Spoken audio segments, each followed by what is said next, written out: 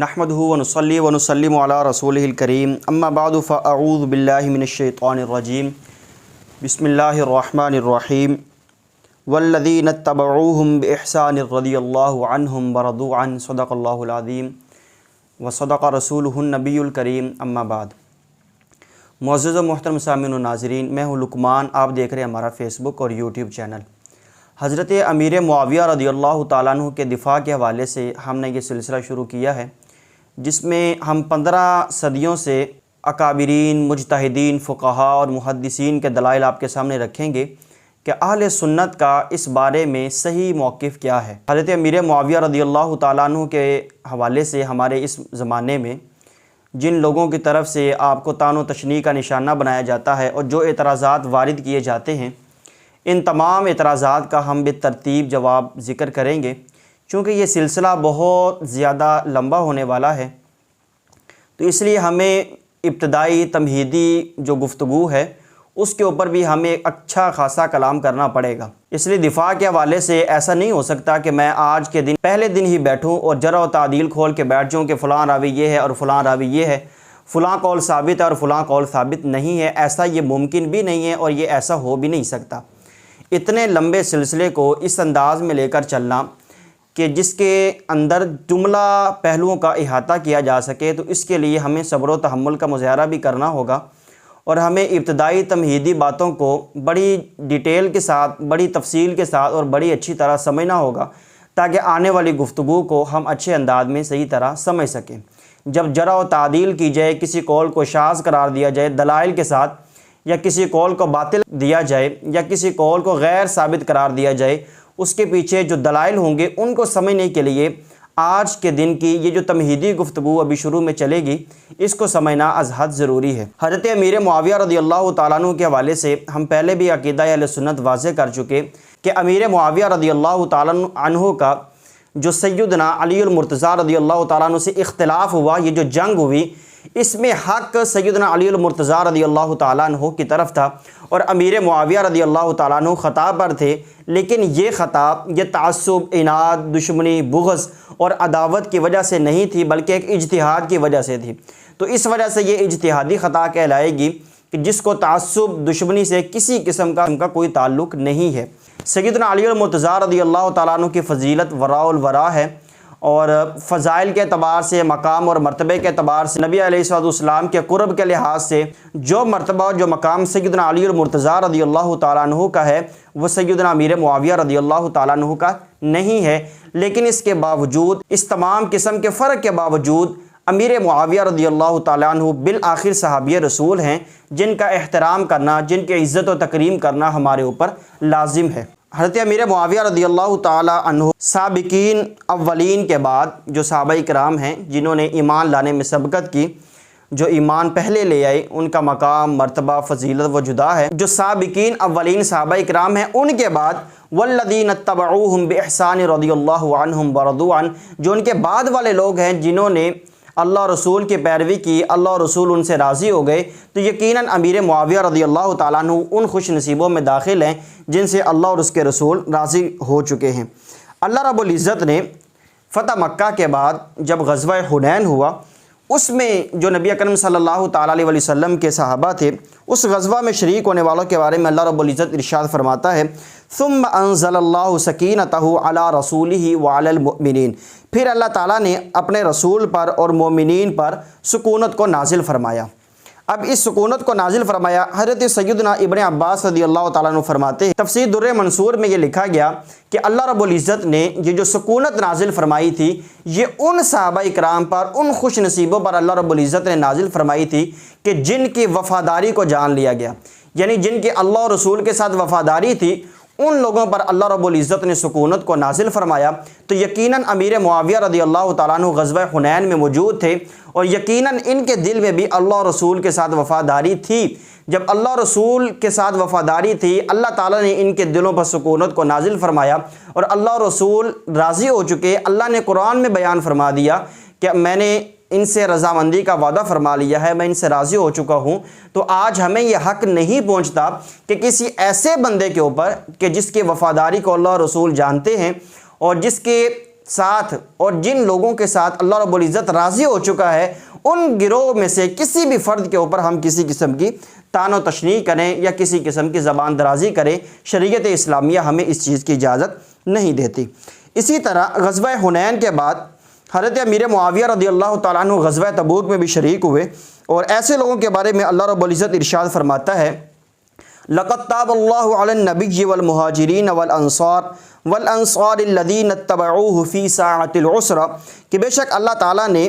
معاف فرما دی، رحمت خاصہ کاملہ اللہ رب العزت نے نازل فرمائی نبی کو اور مہاجرین اور انصار کو، جنہوں نے تنگی کے وقت میں نبی اکرم صلی اللہ تعالیٰ علیہ وسلم کا ساتھ دیا۔ تو یہاں پر بھی اللہ رب العزت واضح طور پر ارشاد فرما رہا ہے کہ ایسے لوگ جو غزوہ تبوک کے موقع پر نبی اکرم صلی اللہ تعالیٰ علیہ وسلم کے ساتھ تھے، ایسے تمام صحابہ کرام کو اللہ رب العزت نے معاف فرما دیا ہے، اور یہ غزوہ تبوک کا موقع تھا، اور غزوہ تبوک کے موقع پر حضرت سیدنا امیر معاویہ رضی اللہ تعالیٰ عنہ اس لشکر میں موجود تھے۔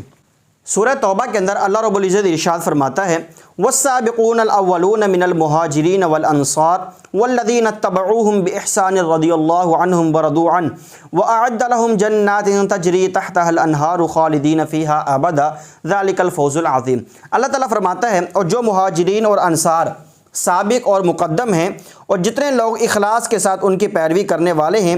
اللہ تعالیٰ ان سب سے راضی ہو گیا ہے، اور وہ سب اللہ رب العزت سے راضی ہوئے، اور اللہ تعالیٰ نے ان کے لیے ایسے باغ تیار کر رکھے ہیں جن کے نیچے نہریں جاری ہیں، جن میں وہ ہمیشہ رہیں گے، اور یہ بہت بڑی کامیابی ہے۔ اس آیت مبارکہ میں یہ جو لفظ ہے والذین اتبعوہم بإحسان، اور جنہوں نے نیکی کے ساتھ احسان کے ساتھ ان کی پیروی کی، اس کی تفسیر کے بارے میں امام فخر الدین رازی رحمۃ اللہ تعالی تفسیر کبیر میں فرماتے ہیں،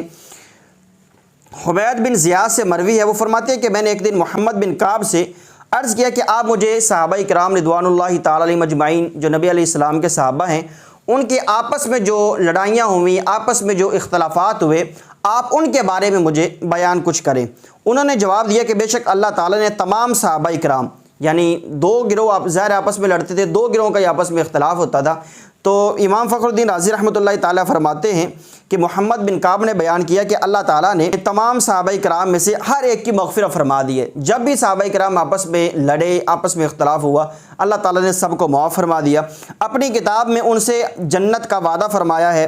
کہ میں تمہیں جنت عطا کروں گا۔ میں نے عرض کیا کہ جنت کا وعدہ کلام مجید میں کس مقام پر ہے؟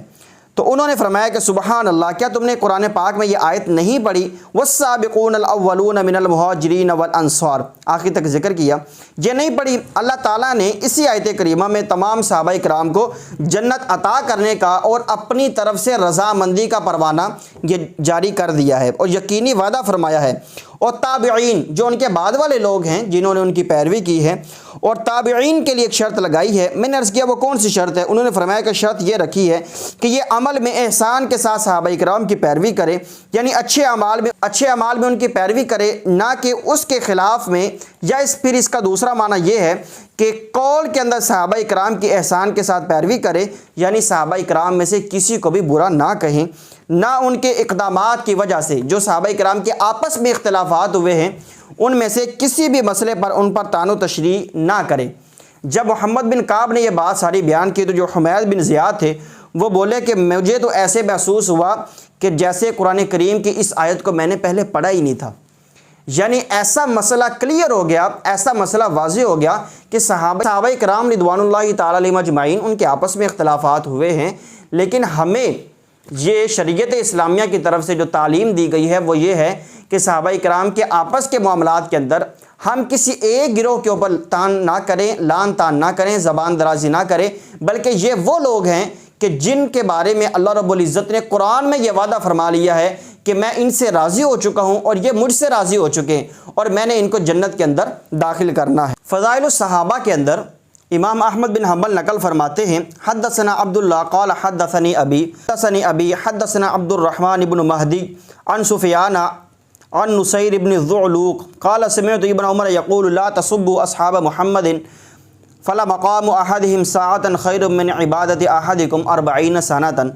یعنی کسی بھی صحابی کا نبی اکرم صلی اللہ تعالیٰ علیہ وسلم کے ساتھ ایک لمحہ گزارنا تمہاری 40 سال کی زندگی کی عبادت سے بہتر ہے۔ اس روایت کے جو راوی ہیں وہ ثقہ ثبت راوی ہیں۔ عبد الرحمن بن مہدی ثقہ ثبت ہے، سفیان بن سعید الثوری یہ بھی ثقہ ہیں، اور نصیر بن ذعلوق یہ بھی صدوق راوی ہیں، اور عبداللہ بن عمر رضی اللہ تعالیٰ عنہ یہ ویسے ہی صحابی رسول ہے۔ تو امیر معاویہ رضی اللہ تعالیٰ عنہ غزوہ تبوک میں بھی نبی اکرم صلی اللہ تعالیٰ علیہ وسلم کے ساتھ رہے ہیں،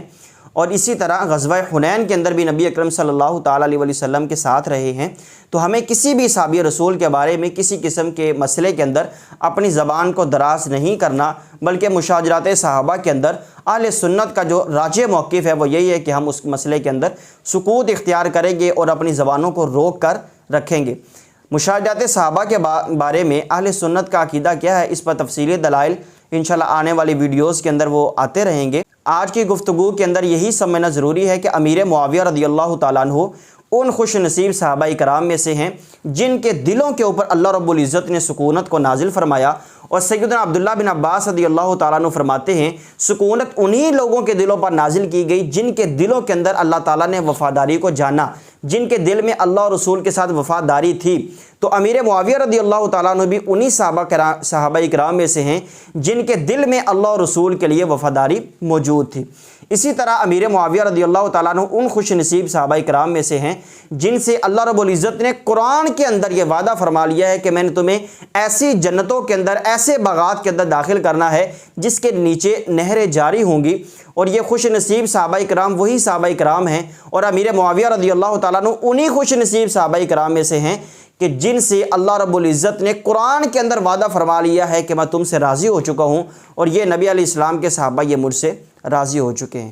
یہ تمہیدی گفتگو تھی، اللہ رب العزت سمجھنے کی توفیق عطا فرمائے۔ اگلی انشاءاللہ ویڈیوز میں ملتے ہیں۔ اللہ رب العزت نبی علیہ السلام کے صحابہ کرام کے بارے میں اپنی زبانوں کو روکنے کی توفیق عطا فرمائے۔ آمین بجاہ النبی الامین، وآخر دعوانا ان الحمدللہ رب العالمین۔